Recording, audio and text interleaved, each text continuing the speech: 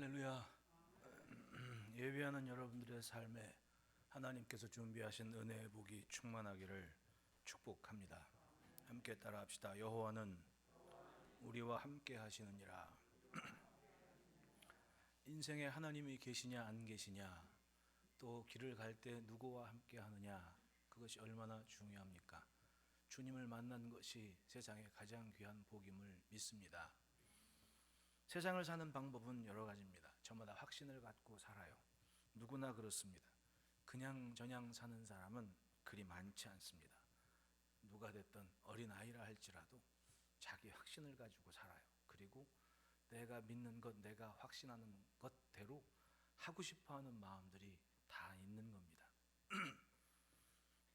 한 2009년입니까? 그랜드 캐년을 가는데 그랜드 캐년 쪽 들어가는 길에 마지막 맥도날드가 있거든요. 거기를 아주 이른 새벽에 도착을 했어요. 그래서 거기 사는 친구가 여기서 아침을 하고 가는 게 낫다고, 가는 길이 머니까. 그래서 이제 맥도날드에 차를 대고 들어가는데 출입구 앞에서 멀쩡하게 생긴 한 20대 중반 되는 청년 하나가 기타를 메고 노래를 막 불러요.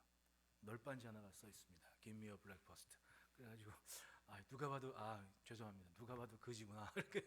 근데 멀쩡해요. 막 머리도 막 금발에다가 레이방이라 그러나요? 선글라스 딱 끼고 막 하는데 그것도 그냥 지나갈 수도 없고, 그래가지고 이렇게 했는데 그 친구가 갑자기 이 레이방을 딱 벗어줘요. $5.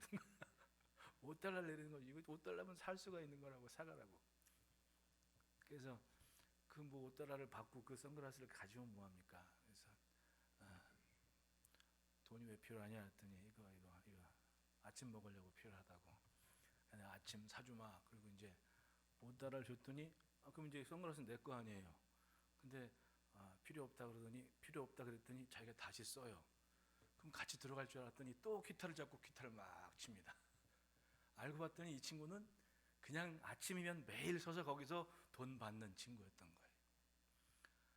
무슨 일을 하거나 이런 사람이 아닙니다. 그냥 이 친구의 하루하루의 일과는 그거예요. 이거 해서 돈 받고 그것 가지고 하루 쓰고 술 먹고 다음날 아침에 일어나서 또 Give me a breakfast 하면서 기타 치고 안경 사라고 그러고 안 사면 또 팔고, 이렇게 계속된 자기의 일상이었던 겁니다. 주변에 뭐 일할 곳도 없고 그러자니 다른 생각을 할 수도 없고, 생각이 트인다는 것이 그래서 중요한 것 같아요. 여러분, 우리가 예수를 만난 이후에 우리의 삶의 지경과 지평이 얼마나 넓어졌습니까? 아마도 예수 없는 인생과 예수 믿는 인생이 절대로 같을 수가 없습니다. 예수 안에서 생각하는 하루하루의 삶은 정말 신기하고 놀라운 삶이에요. 적어도 내가 오늘 아침 눈을 뜬 순간 또 하나님을 기대할 수 있는 무엇인가가 있다는 것이 얼마나 행복합니까? 우리는 우리의 힘만으로 살지 않습니다. 하나님이 계시고 또 하나님이 인도하시는 것을 믿고 살아요. 절망의 현실 앞에서도 하나님께서 우리에게 기대하시는 것은 뭡니까? 지금 어디로 가고 있냐는 거죠. 무엇 때문에 오늘을 살고 있냐죠. 우리의 내일은 하나님이 준비하시는 시간이고, 하나님은 하나님의 자녀들에게 반드시 약속을 하셨습니다. 내가 너에게 복을 주겠노라고. 너희의 삶이 이 땅에 복의 근원된 삶이라고. 믿으십니까? 내가 복의 근원인데, 복의 근원된 삶에 영향력이 분명히 있는데, 적어도 하나님의 계획 안에서는 그만큼 나를 사용하실 거 아닙니까? 나 때문에 세상이 복되는 은혜가 분명히 있는데 그걸 지켜내는 삶이 오늘 우리의 삶인 겁니다. 절망의 시절이라고 얘기를 합니다. 사람들이 좋은 얘기하기 힘든 때를 맞이했습니다. 원하든 원치 않든 그런 시대는 모두의 시대가 된 겁니다. 이스라엘이 애굽에서 나와 광야에 40년을 살게 되는 때를 한번 생각해 보십시오. 이제 막 광야를 시작한, 애굽에서 나온 지 며칠 안 됐을 때의 이야기입니다. 얼마 되지 않아 그들은 가나안이라는 약속의 땅, 자신들의 조상 아브라함이 걸었던 그 땅을 약속의 기업으로 받게 되는 시점이 온 거예요. 몇 달이 지났겠습니까? 얼마 되지도 않은 시간이었습니다. 그러면 그 약속이 내 앞에 지금 이루어진다는 것이 얼마나 감사하고 감격합니까? 비록 마실 물이 없고 식량이 떨어진다 하더라도 하나님이 주신 만나가 있는 게 얼마나 기적이에요. 적어도 하나님이 내 생명은 놓지 않겠다는 약속이 그 만나 아니겠습니까? 하루치만 살게 하겠다. 그러면 하루 살다 죽으면 나는 끝까지 하나님의 말씀에 순종하다 광야에서 삶을 마감한 거 아닙니까? 누가 뭘 하겠습니까? 약속을 쫓아가다 멈춘 삶인데 누리지는 못했어도 히브리서는 분명히 말씀합니다. 저들은 믿음으로 살아낸 삶이라고. 누리지는 못했어도 믿음으로 산 삶의 흔적을 가진 삶이라고. 그런 배짱과 믿음의 이야기를 가지고 살면 얼마나 좋았겠냐고요. 정탐하고 돌아온 이들 중에 10명이 보통 사람들은 아니었습니다. 12지파 중에 족장들이 갔으니까 10명의 지도자가 와서는 하는 얘기가 2명 빼고 10명이 하는 얘기가 저곳에 갔더니 정말 살기 좋은 땅인 건 맞는데 우린 가면 다 죽었다고 얘기하는 거예요. 그럼 장막에 있던 사람들은 가보지도 않았어요. 다만 애굽에서부터 홍해를 지나고 반석에서 난 물을 마시면서 광야에 살아온 몇 달이 됐는지 어쨌든 그 기간 동안 하나님의 구원을 알고 믿는 믿음으로 왔단 말입니다. 그럼 생각을 해야죠. 지금 하나님의 구원과 복이 우리에게 있다고. 그런데 10명이 와서는 우린 가면 다 죽었다고 얘기하니까 이 사람들이 하나님을 원망합니다. 그리고 모세와 아론을 원망을 합니다. 그리고 자기들끼리 얘기합니다. 우리의 처와 자식이 저곳에 가서 저들의 칼에 죽을 것이다. 가지도 않았는데 아직. 생각의 방향이 전혀 생산적이지 않았고 긍정적이지 않은 상태가 돼버리고 말았습니다. 그리고 밤새도록 통곡을 하고 모세와 아론을 죽이려고 했다는 거예요. 생각하는 것에 따라 오늘이 그렇게 달라지고 오늘 때문에 내일이 결정되는 것. 예전에 우리나라 그 방송사 하나에서 재중원이라는 드라마를 한 적이 있었어요. 근데 우리가 살아본 적이 없는 시대는 영화나 아니면 드라마나 이런 거를 통해서 좀 봐야 될 필요가 있어요. 제가 지금 재중원이라고 얘기하는데 한 사람도 반응을 안 하니까 역시 텔레비를 보지 않는 분들이 좀 고개 좀 몰라도 끄덕이면 그래도 보신 분이 있구나. 좀 얘기할 때 좀 신날 텐데. 그 드라마에 보면 황정이라는 사람이 주인공이에요. 근데 역사적으로는 박서양이라는 사람, 백정의 아들이죠. 이 백정의 아들인데 그 사람이 나중에 우리나라 최초의 의사 7명 중 한 명이지 않습니까? 그 백정 아버지가 자기에게는 희망이 없고 저 선교사에게 가르침을 받으면 자기 아들이 사람답게 살 수 있겠다는 희망을 가지고 그 아버지가 자기 아들 데리고 선교사님한테 찾아가가지고 내 아들 좀 가르쳐달라고, 사람답게 살고 싶게 하고 싶다고. 그리고 나서 나중에 자기가 열병입니까? 우리 지금은 코로나 그거 때문에 이제 죽게 돼 버렸는데 그때는 뭐 의술이 뭐가 있었어요? 사람들이 전부 주술이었죠. 그러니까 열병에 걸려 죽은 조그만 아기 주검을 동네 입구에 있는 나무 위에 그냥 걸어놓는 겁니다. 그러면 그 병마가 떠나간다는 그런 생각 속에 살아온 수준이었으니까. 근데 이 백정 아버지가 병에 들려 이제 열병에 들려 죽게 됐는데 아들 박서양이 선교사님한테 얘기한 거죠. 내 아버지가 죽게 됐으니까 제발 살려달라고. 그러니까 이 선교사님이 고종 치료하던 사람이었어요. 왕 치료하던 사람. 근데 이 양반이 꼬마가 와가지고 자기 아버지 죽게 되라고 살려달라고 하니까 왕진 가방 들고 거기를 그 콜레라가 창궐하는데 자기 아버지한테 가서 치료를 해준 거예요. 그때 이 백정 아버지가 감동 감화 받아서 왕을 치료하는 의사가 나를 이렇게 치료해 준다. 그리고 나중에 그 아버지가 예수 믿게 된 거 아닙니까? 예수 믿게 돼가지고 나중에 저 어디에 지금 인사동 입구에 있는 그 교회 장로님까지 됐잖아요. 세상 사는 얘기가 그렇게 참 신기해요. 근데 그 드라마상에서 그 백정 아들이 공부를 해서 뭔가를 해야겠다는 생각을 하게 된 모티브가 있어요. 그게 뭐였냐면 그 재종원에서 일하면서 양반들 치료하는데 피를 보니까 자기 피랑 똑같은 거예요. 나는 백정이고 세상에서는 그렇게 천대받고 침뱉음 당하는 그런 처지인데 내 피나 저 피나 똑같다는 거예요. 그리고 나서 이 사람이 생각을 하기 시작합니다. 그게 이제 그 드라마에서 펼쳐지는 하나의 모티브 중에 한 가지가 된 거예요. 생각의 방향이 그래서 중요하다는 겁니다. 지금 내가 무슨 생각을 하고 있느냐, 그게 곧 내가 만날 내일이 될 수 있는 겁니다. 여기 광야의 앞에 선 가나안의 목전에 있는 바란 광야에 있던 이스라엘 보십시오. 바란 광야에서 네겝 지나면 바로 유다 광야예요. 그럼 얼마 되지 않은 지척의 거리 아닙니까? 거기서 정탐꾼 보냈던 겁니다. 그러면 코앞에 있는 아브라함이 걸었던 그 땅의 놀라운 은혜, 그걸 믿고 가야 되지 않습니까? 그 바란 광야에서 네겝 지나면 바로 그 브엘세바에 있는 아브라함이 팠던 7개의 우물이 있는 동네가, 브엘세바가 7개의 우물 아니에요.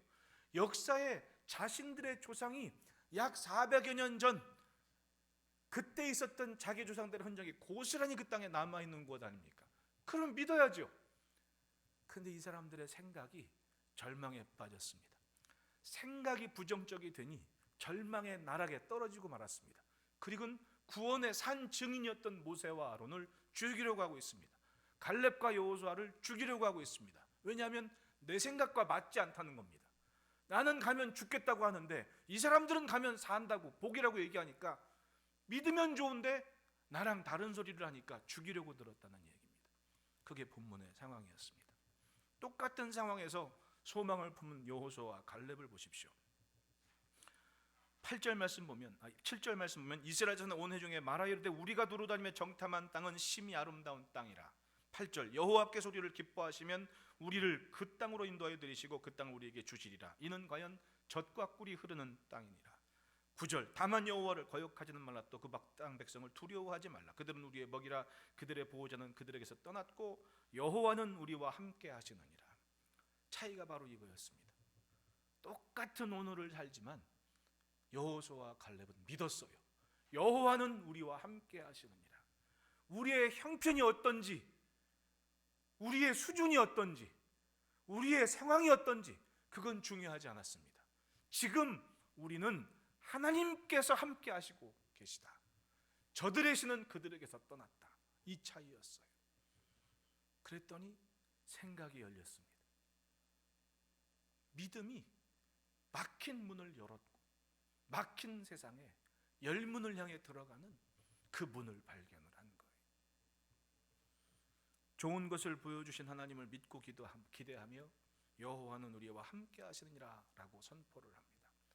여러분, 오늘이 어떠하든 오늘 여호와께서 우리와 함께 하시느니라 라는 그 믿음으로 삽시다. 그래서 따라합시다. 하나님께서 함께 하신다. 절망의 인생은 오늘을 부정을 해요. 살다 보면 아무리 좋은 시대를 살아도 정말 귀한 것이 무엇인지 알게 하시는 때가 분명히 있습니다. 요즘 우리를 보십시오. 코로나 바이러스 때문에 하늘을 힘들게 지낸 것은 맞지만 많은 생각을 갖게 해요. 과연 가까운 곳의 소중함, 고마움, 늘 있었던 것에 대한 귀한 마음을 다시 한번 정리를 하게 돼요. 이제 곧 3단계를 간다 그러는데 3단계 가면요 집에서 못 나와요. 그냥 집에서 꼭 있어요. 그럼 죽을 때까지 나랑 내 곁에서 가장 가까운 사람들이 누굽니까? 가족이거든요. 가족. 왜 그렇게 바쁘게 살았는지 그렇게 생각이 들어요. 어떤 사람이 그랬다면서요. 결혼한 지 얼마 지나가지고 자녀 키우면서 사랑하냐 그랬더니 우리는 사랑 때문에 사는 게 아니라 전우애로 산다고 그런 얘기를, 자식들하고 싸워가면서 공부해라 이런 애들 키우는 그 전우애로 산다는 그런 얘기를 하고, 어떤 연예인은 사랑의 유효기간은 3개월이라고까지 얘기를 하는, 그 이후로는 다 뭔가 다른 동기 때문에 사는 거지 사랑 때문에 사는 게 아니라고, 그런 시대가 돼버려요. 너무 바쁘니까. 근데 요즘 같아서는 일찍 집에 들어가야 되고 어디 가서 해가라고 다닐 수가 없고 늘 보는 자식들, 가까이에 있는 것.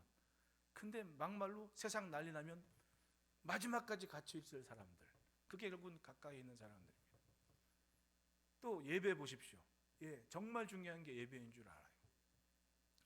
우리 교회 어른들은 아주 그냥 지혜로워가지고 11시에는 공무원들이 혹시나 돌아다닐까 봐 아침 8시 반에 예배 드리러 와가지고는 공무원들 활동 안 할 때 와가지고는 다들 가버렸어요.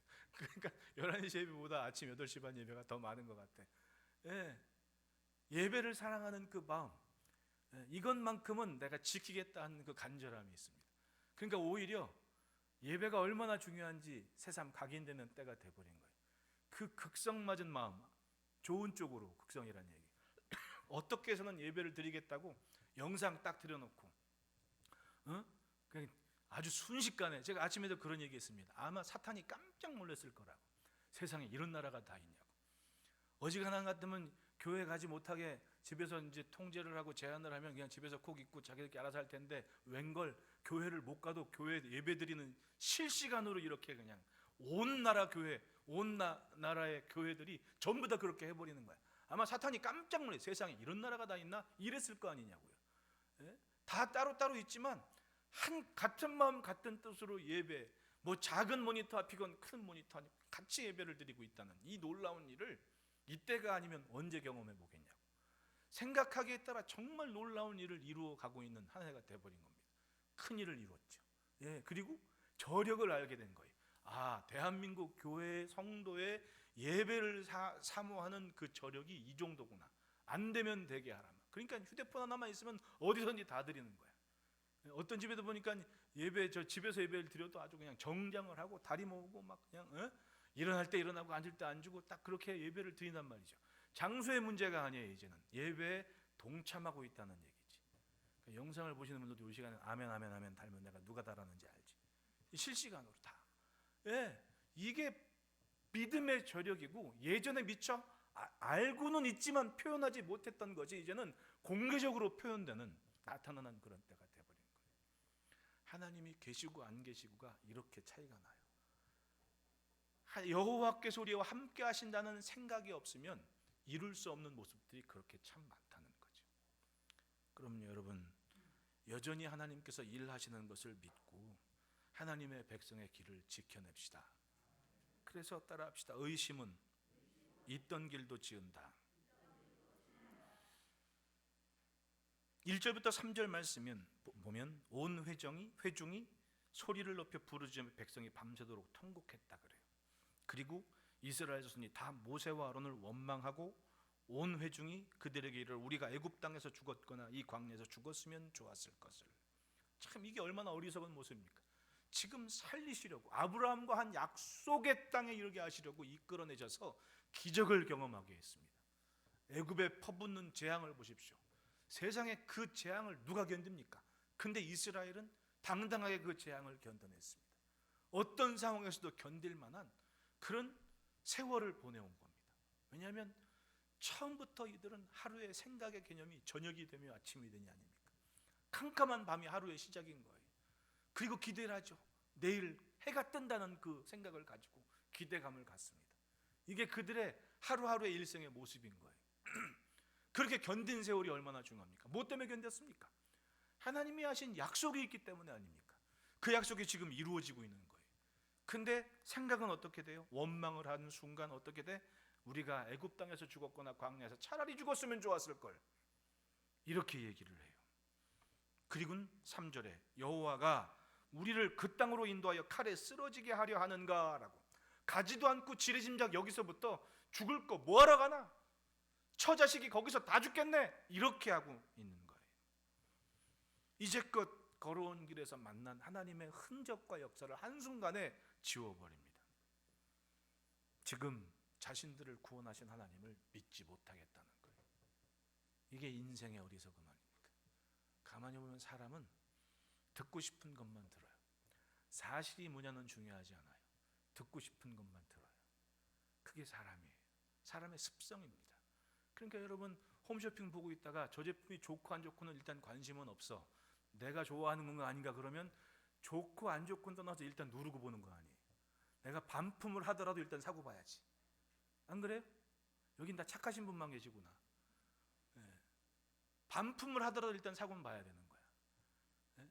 사실이 어떤지 중요하지 않아요. 지금 내가 원하는 걸 하는 거지. 그게 사람의 한계예요. 한계.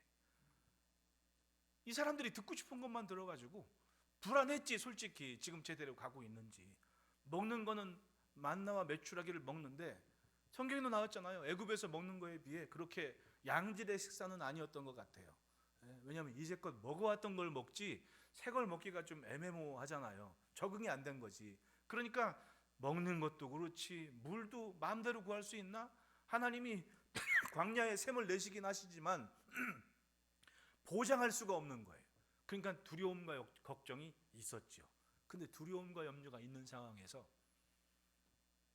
12명 중에 10명이 우리는 저 땅에 가서 비교해 봤더니 사람 앞에 있는 메뚜기 같더라라고 얘기를. 그러니까 그러면 그렇지. 그리고 나선 얘기하는 거예요. 다 죽었다고. 그 상황에서 여호수아와 갈렙은 분명히 얘기를 해요. 하나님이 우리에게 주신 밥상이니까 취하면 된다. 예, 사실이 있었어요. 맞는 얘기가 있었습니다. 근데 신기하게도 그 얘기보다는 내가 듣고 싶은 소리. 왜? 내가 지금 불안해. 내가 지금 상황이 절망이야. 그러니 이 상황에 딱 맞는 얘기가 맞는 거지. 그걸 입증할 사람들이 필요했던 거야. 그게 바로 10명이었던 거죠. 그리고 그 얘기를 듣는 거예요. 믿음이 없이 내뱉은 절망의 소식은 통곡을 가져왔고, 절망의 통곡 소리는 하나님을 의심하게 했습니다. 따라합시다. 의심이 거역이다. 여호수아 갈렙이 얘기하죠. 9절에 다만 여호와를 거역하지는 말라. 또 그 땅 백성을 두려워하지 말라. 예, 하나님을 믿지 못하는 것은, 그 의심은 곧 하나님을 거역하는 것이다. 또 그 백성을 두려워하는 것은 하나님을 믿지 않는 것이다. 여호수아와 갈렙은 자신들의 선 곳이 어딘지를 분명히 보았습니다. 그래서 하나님께서 이루실 일에 마음이 가 있었습니다. 야고보서 1장 6절 7절 말씀에 오직 믿음으로 구하고 조금도 의심하지 말라. 의심하는 자는 마치 바람에 밀려 요동하는 바다 물결 같으니 이런 사람은 무엇이든지 죽게 얻기를 생각하지 말라. 요동하는 게 뭐예요? 이게 좋다 그러면 여기 가서 흥, 저게 좋다 그러면 저기 가서 흥. 중심이 없는 겁니다. 의지가 없어요. 심지가 없어서 그저 이것도 좋고 저것도 좋고 오락가락 하다가 그냥 끝나는 거예요. 이런 사람은 무엇이든지 죽게 얻기를 생각하지 말라.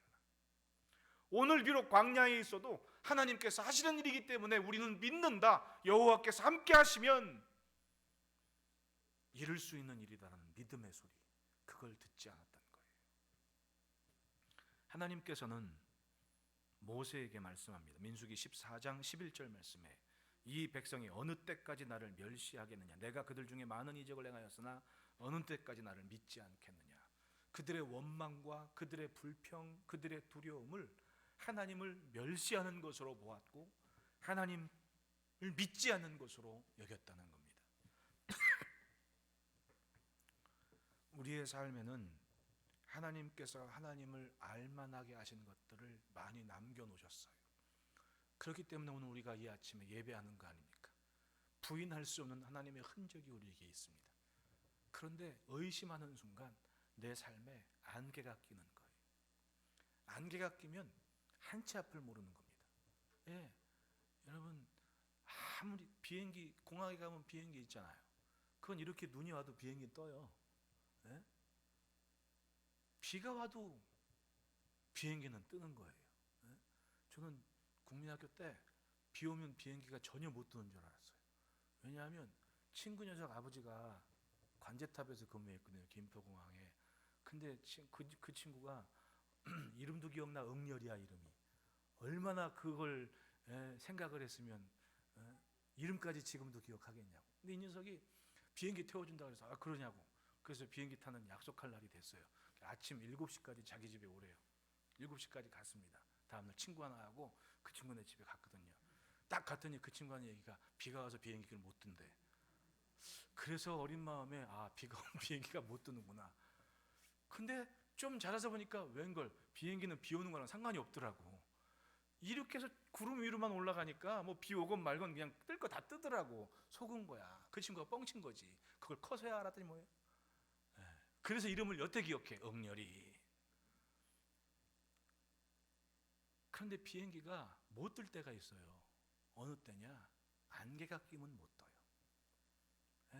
안개가 끼면 비행기를 못 띄워요. 활주로가 보여야 비행기가 뛸 거 아니에요. 비가 와도 활주로는 보여요. 눈이 와도 공항에서 근무하는 뭐 제설 장비나 뭐 공군 뭐 이런 애들이 활주로 얼마나 빡빡 닦아놓은지 아십니까? 눈 떠요. 근데 안개가 끼면 못 떠요.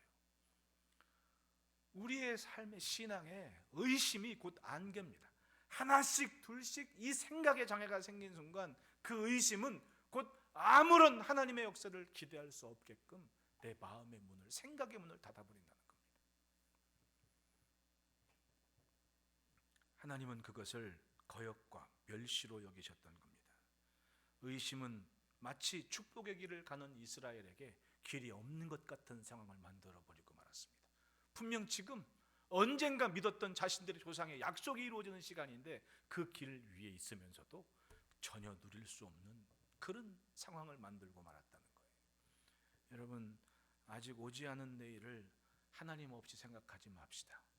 이제껏 인도하신 하나님의 손길이 여전히 나와 함께하고 또 앞으로 인도하실 은혜로운 손길이 있는 것을 믿고 삽시다. 아직 결정되지 않은 것은 하나님의 뜻 안에 있는 시간인 거예요. 지난주에도 얘기했지만 10년 전의 계획과 통계에 따르면 2020년 한반도에서는 통일이 돼야 되는 거예요.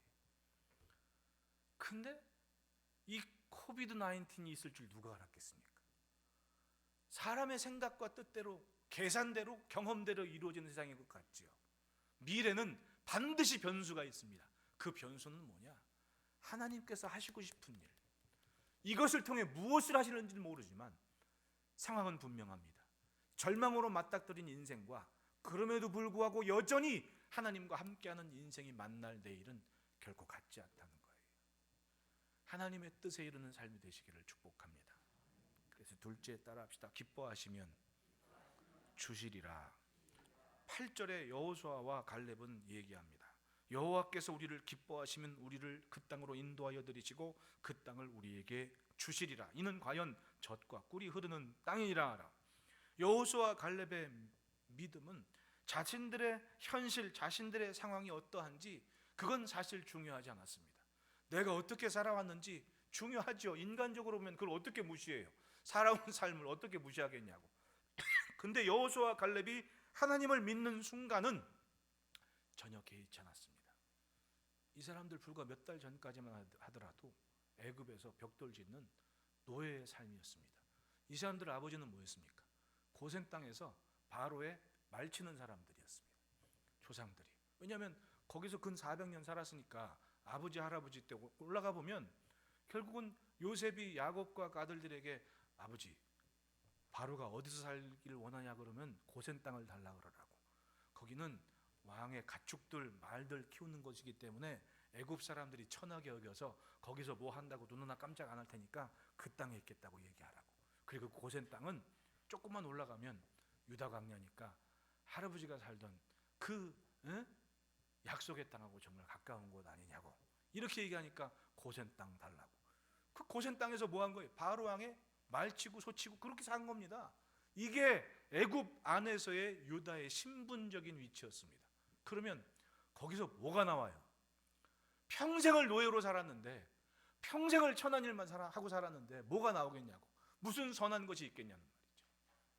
그게 여호수아 갈렙의 신분이에요. 근데 여호수아 갈렙은 내가 살아온 삶의 경험 속에서 앞으로 이룰 일에 대한 그 나타남을 제한하지 않았다는 겁니다. 왜냐하면 비록 나는 애굽의 노예였지만 지금 함께 하시는 하나님이 이루실 일은 나와는 상관없이 하나님께서 하시고 싶은 일이다. 그러니까 8절에 여호와께서 우리를 기뻐하시면, 다만 우리의 생각은 지금 내가 하나님이 기뻐하시는지 안 기뻐하시는지 그게 중요했던 거예요. 그리고는 기억합니다. 어떻게 우리가 이 광야에까지 왔는지, 어떻게 바로 왕의 군대가 홍해에서 수장당했는지. 민수기 23장 19절 말씀에 이릅니다. 하나님은 사람이 아니시니 거짓말을 하지 않으시고 인생이 아니시니 후회가 없으시도다. 어찌 그 말씀하신 바를 행하지 않으시며 하신 말씀을 실행하지 않으시랴. 하나님께서 하신 말씀은 반드시 이루신다는 겁니다. 사람은 후회해도 하나님은 후회하지 않으신다고. 할렐루야. 믿음이란 그렇습니다. 삶을 하나님 앞에서 인정해야 돼요. 그리고 우리는 그걸 믿어야 됩니다. 하나님께서 하시고 싶은 일을 인생의 생각과 마음과 입술을 통해 주신다. 성경 보십시오. 다니엘이건 느헤미야건 모르드게건 하나님 앞에 쓰임받은 인생을 보세요. 아니 이 애굽에서 인도한 모세만 하더라도 모세가 생각이 있었던 사람이 없었던 사람이에요. 이스라엘을 자기 백성을 구원하고자 하는 생각이 있었던 사람이 없었던 사람이에요. 있었던 사람이에요. 이미 바로 왕의 궁에 있을 때부터 자기 백성을 구원하고자 싶은 마음이 있었던 사람이에요. 그러니까 광야에 나가가지고는 애굽 군인이 이스라엘 백성들을 못 살게 굴어가지고 네가 뭔데 그러냐고 한 방 쳤는데 죽어버렸잖아요. 자기 백성을 애통해하고 아파하는 마음이 있었어요. 다만 하나님께서 하시고 싶은 일은 그 방법은 아니었지. 그것 때문에 40년 동안 광야에서 양치다가 아무것도 없는 이빨 빠진 호랑이 돼가지고 양뿐이 모르는 40년 세월 왕궁의 모습이 까맣게 잊혀지고는 그냥 광야의 목동 모습만 남았던 모세에게 너 그 지팡이 한번 던져봐, 다시 집어봐, 이러면서 성경은 얘기하죠. 늘 있었던 목동의 지팡이인데 하나님을 만나고 하나님의 말씀을 들은 순간, 즉 하나님의 생각에 맞는 순간 모세에 들려지는 것은 평소에 양치던 지팡이가 아니라 하나님의 지팡이를 잡았더라라고 얘기를 해요. 할렐루야. 그러니까 지금도 마찬가지예요. 하나님께서 하시고 싶은 일은 이 땅에 하나님을 향한 마음, 존중하고 신뢰하는 믿음을 가진 인생의 생각과 마음의 입술에 담아주신다는 거예요. 여러분, 그 도구가 되시기를 축복합니다. 여호수아와 갈렙은 그래서 여호와께서 우리를 기뻐하시면 우리에게 주실 것이다 라는 그 믿음으로 살았던 거예요. 때로 삶을 송두리째 흔드는 소리가 곁에서 들려옵니다. 가까운데. 여러분, 시험거리나 어려운 근심 걱정이 멀리서 와요, 가까이에서 와요? 에? 가까이에서 와요. 솔직히 뭐 지금 오늘 아침 뉴스 보니까 1000명이 넘었다. 솔직히 말해봐요, 여러분. 남 얘기 같죠? 왜? 내 주변은 괜찮기 때문에 그런 거 아니에요. 바꿔 얘기하면 절망과 또 애통의 이야기는 솔직히 가까운 것 때문에 그러지 멀리서 있는 것 때문에 멀게 느껴지거든요. 그건 사실 큰 문제가 아니야. 근데 가까이 있는 사람이 뭘 하는지 그게 아프고 때론 그게 힘이 되는 거예요. 우리 엄마들 있죠. 밖에 있는 남자가 뭐라 그런다고 상처받아요, 안 받아요? 상관이 없거든. 근데 남편이 뭐라 그러면 아파요, 안 아파요? 다 대처 수상에 앉아 있는 것 같아. 아빠들한테 내가 뭐라고 해요? 아빠들 한번 얘기해 보십시오. 밖에 지나가는 아주머니가 나한테 뭐라 그러면 아파요, 안 아파요? 관심도 없지 뭐. 근데 부인이 뭐라 그러면 아파요, 안 아파요? 이 양반들도 이상한 분들이네. 그런 경험이 없으신 분들이네. 따지고 보면 나를 올렸다 내렸다 하는 사람들은 전부 다 내 가까이 있는 사람들인 거예요. 그런데 지금 이 여호수아와 갈렙은 그 가까이 있는 사람들이 자기를 죽이려고 하는 상황에 놓인 겁니다. 더 이상 안 좋은 상황이 어디에 있겠냐고. 그럼에도 불구하고 이 사람들은 믿었어요. 상황은 어떠하건 지금 중요한 것은 여호와께서 우리를 기뻐하시면, 그것이 하나님께서 기억하시는 여호수아와 갈렙의 모습입니다. 민수기 14장 24절 말씀 보십시오. 그러나 내 종 갈렙은 그 마음이 그들과 달라서 나를 온전히 따랐은즉 그가 갔던 땅으로 내가 그를 인도하여 드리니 그의 자손이 그 땅을 차지하리라. 흔들리지 않은 견고함을 가졌어요. 가장 가까이에 있는 내 식구들이 뭐라 하도 하나님을 기뻐하는 마음, 하나님께서 기뻐하시는 것, 하나님께서 하시고 싶은 그 일을 마음에 품는 것을 약하여지지 않았다. 히브리서의 아브라함 보십시오. 자기 몸이 죽은 것 같음을 알고도 믿음이 약해지지 아니했다고 말씀을 해요. 이게 믿음인 거예요. 그러니 결국은 오늘의 현실이 어떠하든 지금 우리에게 중요한 것은 하나님께서 기뻐하시는 것, 하나님께서 마음에 두신 그 일, 그걸 품는다면 절망의 시간이 오히려 복을 향해 나아가는 지름길임을 믿고 삽시다. 생각하기에 따라 부족함과 모자람이 장애가 되는 삶이 있고, 그것이 오히려 영광의 밑거름이 되도록 사는 삶이 있습니다. 축구선수 박재성 보십시오. 은퇴를 했지만 그 친구 보면 영국의 그 누구예요? 그 뭐더라? 퍼거슨 감독이 어디 어떤 상대 팀하고 경기를 하는데 박지성한테 그랬대요. 너는 공을 따라다니지 말고 쟤만 따라다니라고. 그러니까 이 친구가 상대 팀의 모든 그 공격의 연결, 배급, 공 배급에 시작되는 게 이 친구인데 퍼거슨이 그걸 안 거예요. 그러니까 너는 다른 친구들은 못했으니까 박지성한테 가가지고 공은 무시하고 얘만 쫓아다녀.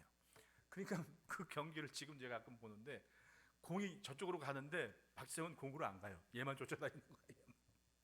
나중에 그 친구 얘기합니다. 모기 같다고, 모기. 이건 모기라고, 모기. 모기 여름에 오면 윙 오면 좀 이쪽 가서 또 윙 그러고 그러잖아요. 모기한테 진짜 피 빨리는 기분이래, 박지성한테. 근데 여러분, 박지성 선수가 발이 평발이에요. 예? 우리 옛날에 평발이면 군대 안 간다고 좋아했잖아. 예? 평발이면 달리기도 못한다고 막 그러거든. 이게 고정된 사실. 근데 평발인 박지성이 저 내놓으라 하는 몸값이 뭐 수십억 하는 친구한테 모기가 돼버린 거야. 그렇게 뛰어다녔다는 거 아니에요. 얼마나 노력을 했겠냐고요. 결국은 생각의 방향과 현실을 넘고자 하는 의지의 모습이 그렇게 차이가 난다는 거 아니에요. 삶이란 바로 그렇습니다. 부족함과 단점 때문에 주저앉는 인생이 있는가 하면 비전과 소망 속에 오늘의 내가 아니라 장차 완성될 내 모습을 기대하며 사는 인생이 있습니다. 그러므로 따라합시다. 믿는 만큼 누릴 수 있다. 오늘 현실은 노예에서 막 벗어나는 모습이에요. 뭔들 있겠습니까? 농사는 질 줄이 있어요. 뭘 하겠어요? 예? 경험이라고는 딱 아말렉하고 싸워서 이겨본 거 한 번뿐이 없는. 그런데 하나님은 내 눈으로 본 저렇게 훌륭한 젖과 꿀이 흐르는 땅을 주시겠다고 약속을 하신 거예요. 뭘 믿어야 됩니까? 현실로는 말도 안 하는 현실 때문에 절망하고 원망하는 이들 틈바구니에서 갈렙과 여호수아는 믿어냈습니다. 여호와께서 우리와 함께 하시면 이룰 수 있다고. 그래서 9절 말씀 다 같이 다시 한번 읽습니다. 시작. 다만 그들은 우리의 먹이라. 그들의 보호자는 그들에게서 떠났고 여호와는 우리와 함께 하시느니라. 여러분, 내 마음의 보호자의 하나님의 자리가 커지면 세상의 모든 것들은 작아지는 겁니다. 믿으십니까? 절망과 근심의 때 내 마음의 보좌에 더 귀하게 더 크게 하나님의 자리를 들이시기를 축원합니다. 그래서 보이는 거예요. 그들의 보호자는 그들에게서 떠났다.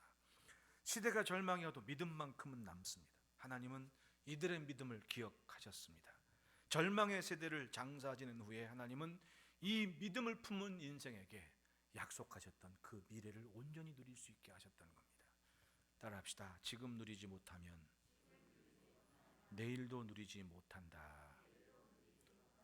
만나를 먹으며 소망을 품었던 갈렙과 여호수아는 이미 누리고 있었습니다.